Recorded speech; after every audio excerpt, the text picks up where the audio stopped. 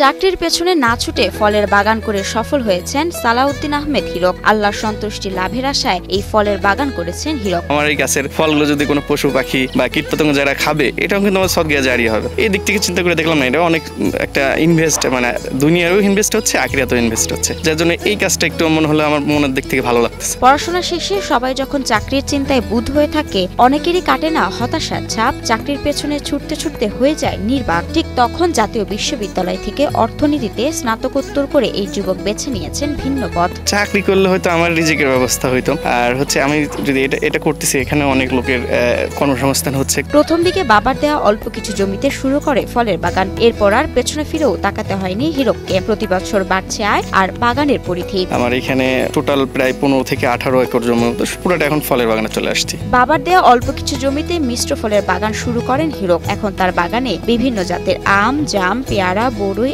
আমড়া, পেঁপে, নারিকেল, লেবু, কলা সহ রয়েছে দেশীয় জাতের বিভিন্ন ফলের গাছ। এখানে পেয়ারা আছে, তারপর বড়ই আছে বিভিন্ন জাতের, কয়েকটা জাতের বড়ই, তারপরে আম আছে বিভিন্ন জাতের, আর কি 12 মাসি আম, যেটা থাই কাটিমন বর্তমান খুব ভালো প্রচলন আছে, সেটাও আছে। এছাড়া আমাদের যে ভিয়েতনামি খাটো জাতের নারিকেল এবং দেশি নারিকেল সবগুলাই আছে। এছাড়া 12 মাসি বর্তমান কদবেল গুলা বলেন, তারপর থাই জাম্বুরা, এগুলো মোটামুটি অনেক ভ্যারাইটিস আইটেম। মিশ্র ফলের বাগানে সফলতা পেয়েছে রাজবাড়ী পাংশা উপজেলার সরিষা ইউনিয়নের পার ড্যামনামারা এলাকার সালাউদ্দিন আহমেদ হীরক। অলস মস্তিষ্ক শয়তানের কারখানা। দেখলাম না, বসে থাকবো কেন, আমি আল্লাহ তাআলা আমার হাত পা দিচ্ছে, সবকিছু দিচ্ছে, তো আমি এটা কাজে লাগে এবং আমার কর্মসংস্থান হচ্ছে, পাশাপাশি আরো কিছু লোকের কর্মসংস্থান হচ্ছে এবং দেশের অর্থনীতিটাও ভালো হচ্ছে। কিন্তু অফ সিজন যেগুলো, সেইগুলোর প্রচুর দাম পাওয়া যায়। এই জন্য আমি চিন্তা করছি যে আমাদের অফ সিজন ফল যেগুলো, সেইগুলো রাখার জন্য, যাতে ওই সময় ভালো একটা প্রফিট পাওয়া যায়।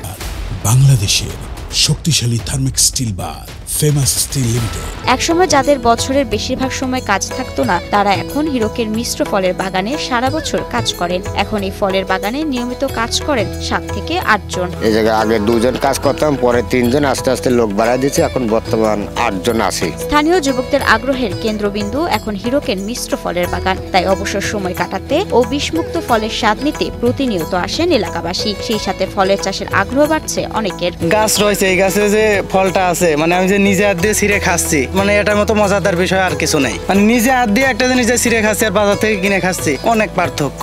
আমরাও এই জায়গায় মাঝে মাঝে আসি, বিকালে আসতে আসলেই ভালো লাগে। পরিবেশটাও সুন্দর, আমরা এই জায়গায় সময় কাটে, বিকালে হয়তো আজে বাজে জায়গায় সময় কাটে, এই জায়গায় আসি, আমাদের ভালো লাগে। হীরক এখন অনেকের জন্যই অনুপ্রেরণা। আর তার কাজ দেখে কৃষি অফিস থেকে নানা ধরনের সুযোগ সুবিধা ও পরামর্শ দেওয়া হচ্ছে বলে জানান উপজেলা কৃষি কর্মকর্তা মোহাম্মদ তোফাজ্জল হোসেন। কৃষি সম্প্রসারণ অধিদপ্তর পাংশা তাকে বিভিন্ন প্রকল্পের মাধ্যমে তাকে আমরা সাপোর্ট দিয়েছি, তাকে আমরা পরামর্শ দিয়েছি, যার মাধ্যমে সে এখন একটা অবস্থায় দাঁড়িয়েছে এবং আমরা আশা করছি যে মানুষ তার যে উদ্যোগ, এই উদ্যোগটা দেখে আরো উৎসাহিত হবে